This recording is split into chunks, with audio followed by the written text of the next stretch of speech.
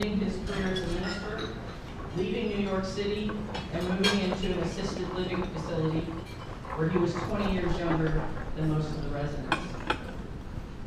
He had just about lost hope for living a normal life. When his 7-year-old niece decided to help him get a guide dog, something sparked inside, and Don turned his attention toward his destiny.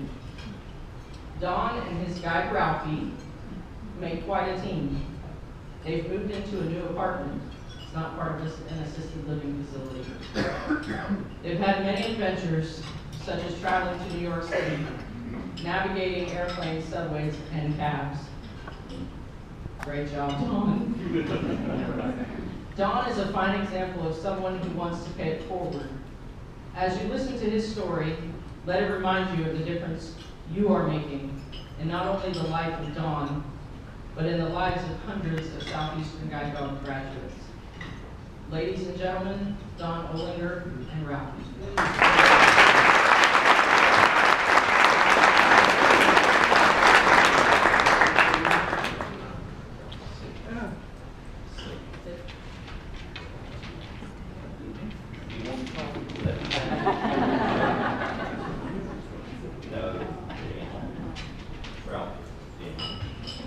Okay. Yeah, you're going to do your thing, putting your back to the audience. I've been trying to work with him on that.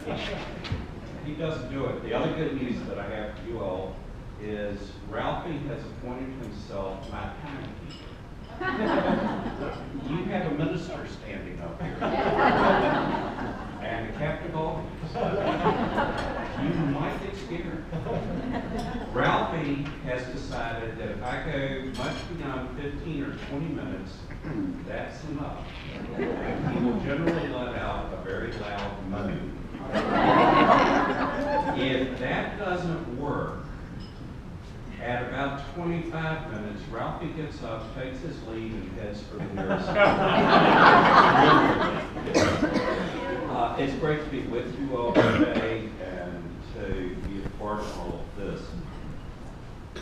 I want to ask you a question, and that is, do you ever talk to your dog? Yes. I think almost all of us do.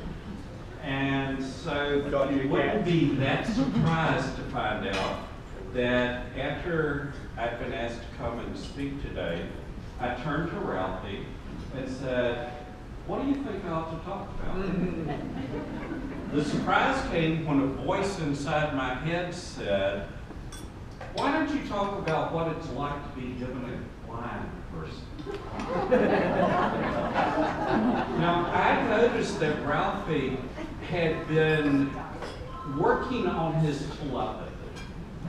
That's the only answer I can give, because what Ralphie has been doing is staring at some of my friends, and I've noticed recently that they've been reaching into their pockets or their purses and pulling out baby carrots, which just happened to be Ralphie's favorite treat. All I can figure out is he has planted the idea in their heads that when he stares at them, they're supposed to give him a treat. And it's working. So he's getting pretty good on this telepathy, so I decided I'd run with him on this idea of talking about what it's like to have a blind person. And I said, "Okay, what do you think I ought to say?" And the voice in my head said, "Well, you can talk about all the adventures that I get to have that other dogs don't get to have." I'm going, "Like what?" And he said, "Well, you know, I got to be on the treadmill over at Fit to Run because they wanted to see what I would do. I've been watching you on the treadmill, and they wanted to see what I would do when they put me up there." The answer was he didn't like it. I said, "Okay, what else?" And he said, "Well, I've flown to New York. I've flown to Washington, D.C. I've ridden in cabs. I've ridden on subways. I've walked through Central Park." I said, how many other dogs get to do all of that? Okay, that's a good point. Well, apparently he was beginning to warm up to the idea that, and I could even give some helpful hints to the other dogs on how to train their blind. I said, you do know there are going to be people there in those light blue knit shirts who might give me a remedy for some of your training techniques? There was a loud boom in my mind, and Ralphie got up, walked over to the refrigerator, turned and stared at me, and the thought that came into my mind was, okay, I've consulted long enough, give me my pay. So he got his 2 little baby carrots and he was happy. Ralphie really has made a huge difference in my life. As Susie kind of alluded to, if you had met me in the spring of 2011, you would have met a man who weighed nearly 300 pounds. You would have probably found me on any given night sitting in my fairly dark living room with an extra large everything pizza, 8 of the 12 slices gone. Yeah, it was meant to feed a family of 4. What's the big deal? I also would have gone through the 6 chicken wings as the side. My professional career was coming to an end. And at that point in time, I had no idea of what I was going to do. I knew that I would be stepping down as the pastor of a church that I served for 18 years. But I didn't know what I could do. It would not be a huge leap to say that I came to Florida today. I really felt like living among 80-year-olds. Well, that's okay. I don't really care.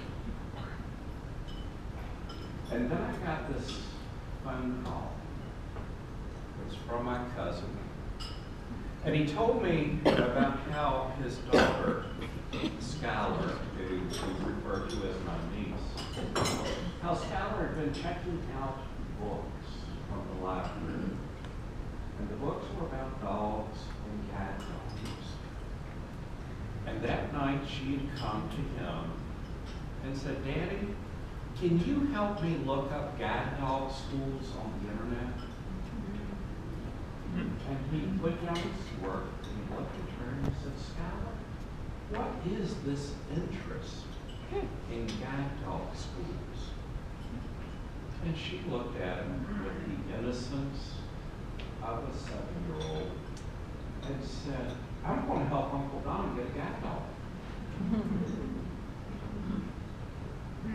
When I got that call, all I could do was sit there and cry. And I told her, I said, please tell her that I'll take it from here. Now, it only took me 6 weeks to finally get on the internet and look up guide dog schools in Florida. When you're the size and shape of a manatee, you don't do things very fast. And I called the school and said I was considering getting a guide dog. And they put me in touch with Susie's office. And they said, so how can we help you? And I said something like, I think I might possibly maybe be thinking about the option of getting a guide dog. Well, they're very well trained in listening. She said, I think I hear some hesitation. What's the problem? I said, I don't know if I can qualify. I still have some eyes on it. She said, really? I said, yeah. She said, well, what condition do you have? I said, I have a real rare condition called Stargardt's disease.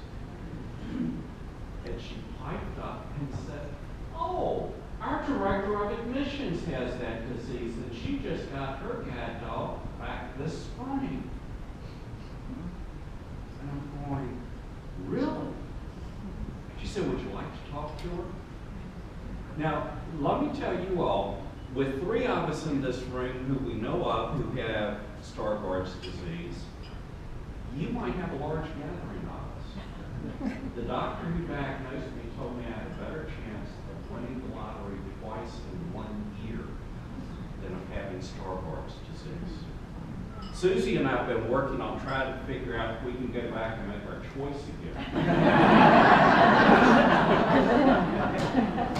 And as for driving the car, just remember that Tracy and I did try that. In my class, there was a person with retinitis pigmentosa, and we kept trying to convince Jonathan and others that between the 2 of us, we had full field of vision and we could drive the car. For some reason, Jonathan didn't go along with that. But I said, sure, I'd love to talk with her. Susie took the time out from her busy day to just sit and talk with me. She was the first person I had met since my diagnosis who had the disease. You can imagine what that felt like. And at the end of the conversation, I want to steal one of Susie's favorite jokes. Susie told me that she had already told her husband that if it came down to a choice between him and Carson, that she hoped he could find a nice place to live. And I thought she was just blowing smoke at me until I got to the school. I was surrounded for the first time in my life with other people who could not see. I had probably the most eyesight in my class. And I sat and watched folks who were totally blind master handling their dogs and doing things that I was trying to do and doing them better than I was. And on top of that, they began to talk to me about, why are you living in assisted living? Why don't you go out on your own? And they mentored me on how to live on my own, how to do things like cooking, cleaning, doing all the normal things. And it truly changed my life. For those of you all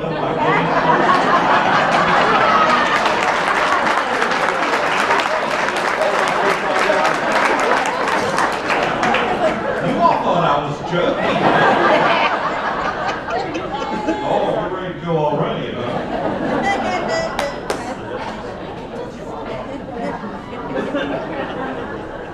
Those of you who are just graduating, I want you to think back to the second day you had your dog. Do you remember going out, I think it's on the Freedom Walk, and almost through.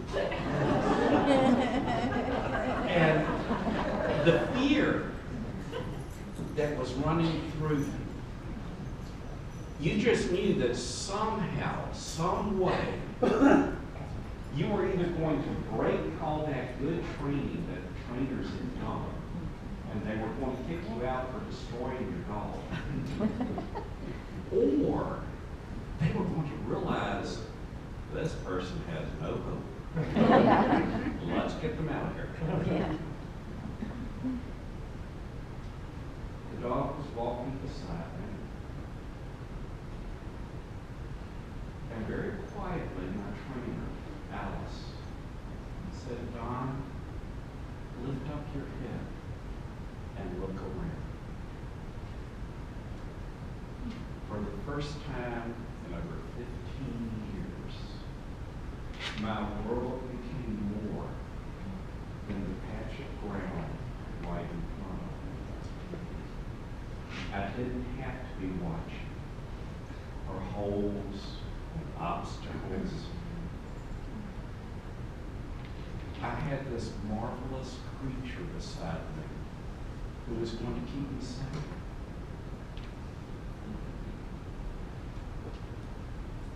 The journey that Ralphie and I have been on has been one of hope and healing. And it's led me to understand something that Helen Keller said. Helen Keller said, I would rather be blind than have no vision. I have lost my vision, not just my eyesight, but my vision for a future. Ralphie and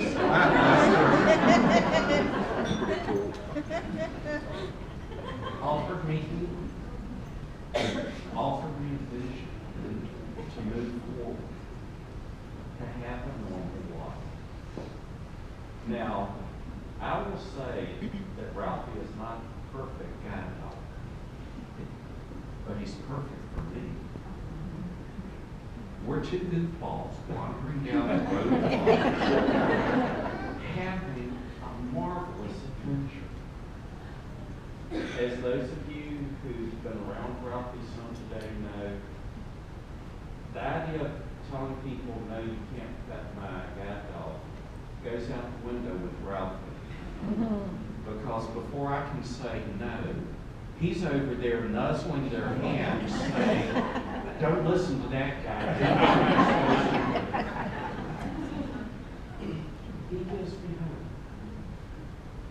I want to close with a story about Ralphie, and it might help you all who are nervous about going home. I know that the graduates right now, you're worried about getting home.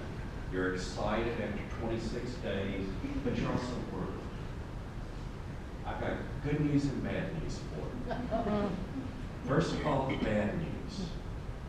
You're not going to be able to sit down at breakfast, lunch, and dinner and have marvelous food put in front of you and have people bring it to you and clean up after you when you get home. You're also not going to have Angel's bread pudding. And by the way, I'm sorry to hear Angel is going to be leaving. You all will be known as the class that chased her out.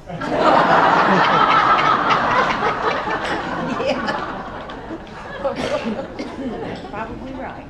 But here is the really good news. You can't break them. You can just work with them and have fun. About a month after I got Ralphie, we had gone to the Dillards near us. Ralphie, during his training with the trainer, started off afraid of escalators and ended up addicted. Addicted. His trainer told me that after the first ride, Ralphie was going, let's do it again. Can we do it one more time? Oh, come on. So I'd gone into Dillard's. And like most blind people, I got totally lost. And then I remembered, he knows how to find the door. So I said, Ralphie, find the door. He set off with a mission. We're going along. I think, this is cool. I like this. When he stopped, right in the middle of the store. And he sat down. And I'm going, okay, I know this is important. And I looked down, and Ralphie's looking over at the escalator, up at me, back at the escalator, like, can we please? And I said, okay. So we got on the escalator. Ralphie was like a little kid at Disney World. He was thrilled. And we pop up right in the middle of women's lingerie. I looked down at Ralphie and said,